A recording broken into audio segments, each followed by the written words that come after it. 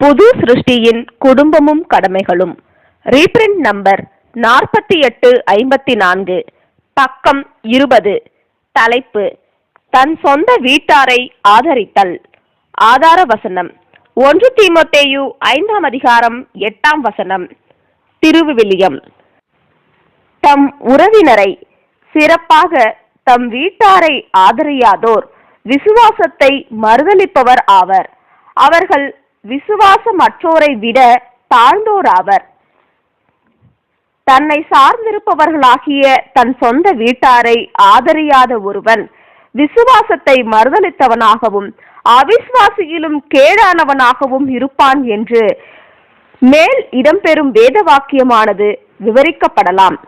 இது குறிப்பாய் கிறிஸ்தவ கணவன் மற்றும் அவன் தன் மனைவி மற்றும் தன் பிள்ளைகளுக்காய் கொண்டிருக்கும் கடமை சம்பந்தப்பட்டதாகும்.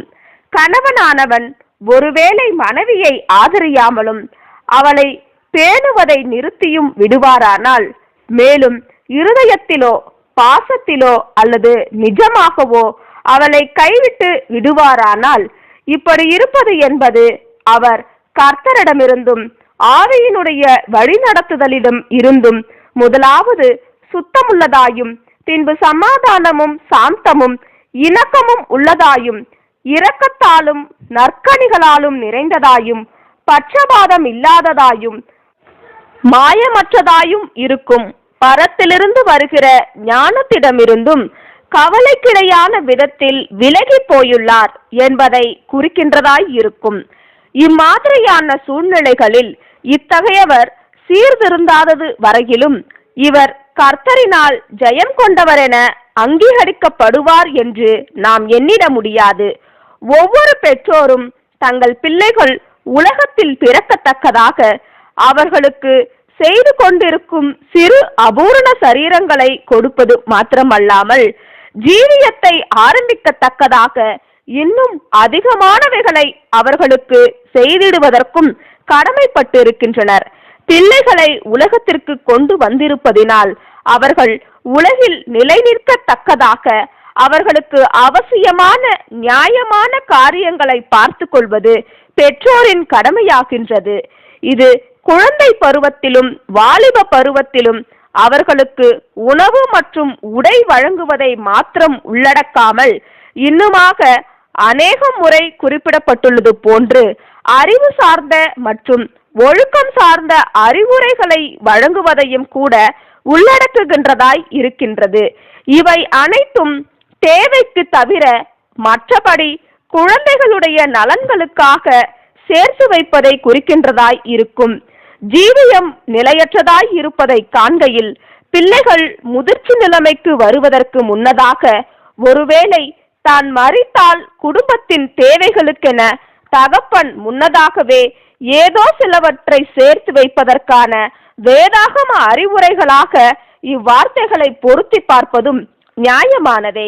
ஆனாலும் பிள்ளைகள் சண்டையிட்டுக் கொள்ளத்தக்க விதத்திலும் பாதிப்பு அடையும் விதத்திலும் பெற்றோர்கள் தங்கள் பிள்ளைகளுக்கென்று சொத்துக்களை சேர்த்து வைக்க நாடிட வேண்டும் என்ற அர்த்தத்தில் அப்போஸ்தலன் இவ்வார்த்தைகளை பேசியுள்ளார் என நாங்கள் எண்ணுகிறதில்லை. நற்பிறப்படைந்து நியாயமான கல்வி அறிவையும் முதிர்ச்சிக்கு நேரான நியாயமான வழிகாட்டுதலையும் பெற்றிருக்கும் குழந்தையானவன் நல்ல நிலையில் இருப்பவனாகவும் தன்னில் ஐஸ்வர்யமான சொத்தை பெற்றவனாகவும் இருப்பான். மேலும் இத்தகைய ஏற்பாடுகளை தன் பிள்ளைக்காக செய்துள்ள தகப்பன் இவ்விஷயத்தில் தான் தெளிந்த புத்தியினாலும் பரிசுத்த ஆவியினாலும் ஆண்டு நடத்தப்பட்டிருப்பதாகவும் ஒருவேளை தன் குடும்பத்திற்கென்று தான் எந்த சொத்துக்களையும் விட்டு செல்லவில்லை என்றாலும் அல்லது ஓர் உறைவிடம் அல்லது வீட்டை தவிர வேறு எதுவும் விட்டு செல்லவில்லை என்றாலும் கூட தான் கர்த்தரினால் அங்கீகரிக்கப்படும் நிலைமையில் இருப்பதாகவும் உணர்ந்து கொள்ள வேண்டும். இத்தகைய ஒரு மனுஷன் தன் உக்ரானத்துவத்தை நிறைவேற்றியுள்ளவனாய் இருப்பான் மற்றும் இத்தகையவருடைய பிள்ளைகள் இறுதியில் அவரது உண்மையினை நிச்சயமாய் உணர்ந்து கொள்ளுவார்கள். பொதுவாயிருக்கும் மனுக்குலத்தாரை காட்டிலும் நம்முடன் இரத்த பந்தத்தில் காணப்படுபவர்கள் மீது நாம் அக்கறை கொண்டவர்களாய் இருக்க வேண்டும். ஒருவேளை பொதுவாயிருக்கும் மனுக்குலத்தாரிடம் நாம் இரக்கமும் பரிவும் கொண்டிருக்கத்தக்கதாக கர்த்தருடைய ஆவியானது நம்மை வழிநடத்துமானால், நம்முடைய உறவினர்கள் மீதான நம் உணர்வுகளுக்கு நாம் விசேஷமாய் கவனம் செலுத்திட வேண்டும் மற்றும் நம்முடைய வாய்ப்புகளுக்கு ஏற்ப உதவிகரமாய் நாம் காணப்பட வேண்டும். எனினும் நம்முடைய கணிப்பின்படி பார்க்கையிலும் வேத வாக்கியங்களுடைய அறிவுரைகளின்படி பார்க்கையிலும் நமது கர்த்தருடைய நடத்தையிலும் அப்போஸ்தலர்களுடைய நடத்தையிலும் நமக்கு முன்வைக்கப்பட்டுள்ளதான முன்மாதிரியின்படி பார்க்கையிலும் நம்முடைய பூமிக்குரிய உறவினர்களிடத்தில் மிக விசேஷித்த ஐக்கியத்தை கொண்டிருப்பதும் அல்லது விசுவாச வீட்டாரை நாம் நடத்திடுவது போன்று நாம் அவர்களை ஏற்றுக்கொள்வதும் நடத்திடுவதும் ஞானமாய் இராது. தன் சொந்த வீட்டாரை ஆதரியாதவன் விசுவாசத்தை மறுதலிக்கிறவனாய் இருப்பான் எனும் அப்போஸ்தலருடைய வார்த்தைகளுக்கு இசைவாக நம்மேல் சார்ந்திருக்கும் இத்தகைய நெருக்கமான உறவு முறைகளை இங்கு நாம் விதிவிலக்காக்குகின்றோம். இந்த விதிவிலக்கிற்கு அப்பாற்பட்டவர்களாகிய பொதுவான ஜனங்களுக்கு நமக்கு கிடைக்கும் சமயத்திற்கு தக்கதாக யாவருக்கும், விசேஷமாக விசுவாச குடும்பத்தார்களுக்கும் நன்மை செய்ய கடவோம் என்ற அப்போஸ்தலனின் வார்த்தைகளை நாம் பொருத்துகின்றோம். கலாத்தியர் 6ஆம் அதிகாரம் 10ஆம் வசனம். விசுவாச வீட்டாருக்கு அடுத்தே நம் தூர சொந்தங்கள் வருகின்றனர்.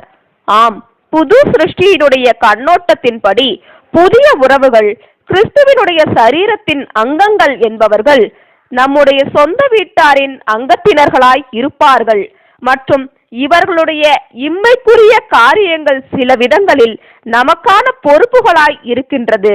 நம்முடைய கர்த்தர் வாழ்ந்த காலத்திலிருந்து வேறுபடும் ஒரு காலகட்டத்தில் நாம் ஜீவித்துக் கொண்டிருக்கும் இக்காலங்களில் பொது தர்மங்கள் இருக்கின்றன. இதன் காரணமாக இவ்வார்த்தைகளை அப்போஸ்தலர்கள் பேசின போது அதற்கிருந்த அதே அழுத்தத்துடன் இக்காலங்களில் பொருந்துகிறதற்கில்லை. பொது நலன்களுக்காக தன் பங்கு வரியினை ஒருவன் செலுத்துவானானால் அது உரிய முன்னேற்பாடுகளை செய்கிறதாய் சில சமயங்களில் காணப்படும். அநேகமாக இதன் லாபங்களில் ஒரு பங்கானது பிற்காலங்களில் அவனுக்கே பயன்படும் அவசியம் ஏற்படலாம், அல்லது அவன் நண்பர்கள் யாருக்கோ அவன் குடும்பத்தின் அங்கத்தினர்களுக்கோ பயன்படும் அவசியம் ஏற்படலாம். பரிசுத்த விசுவாசத்தில் ஒருவரையொருவர் கட்டி எழுப்புதல் எனும் துணை தலைப்பின் கீழ் காணலாம். கிறிஸ்து தம் சொந்த வீட்டாருக்கான தலையாக இருக்கின்றார். தம் ஜனங்கள் தேவையில்லாமல் ஒருவருக்கொருவர் பாரமாய் இராமல், மாறாக ஒவ்வொருவரும் மற்றவர் விஷயத்தில் பொறுப்பு ஒன்றினை உணர்ந்து பலப்படுத்துவதற்கும் ஊக்குவிப்பதற்கும் ஆசீர்வதிப்பதற்கும் ஒருவரையொருவர் மகா பரிசுத்த விசுவாசத்தில் கட்டி எழுப்புவதற்கும் மகிழ்ச்சியோடு உதவிக்கரம் அளித்திட வேண்டுமென கர்த்தர் நோக்கம் கொண்டுள்ளார்.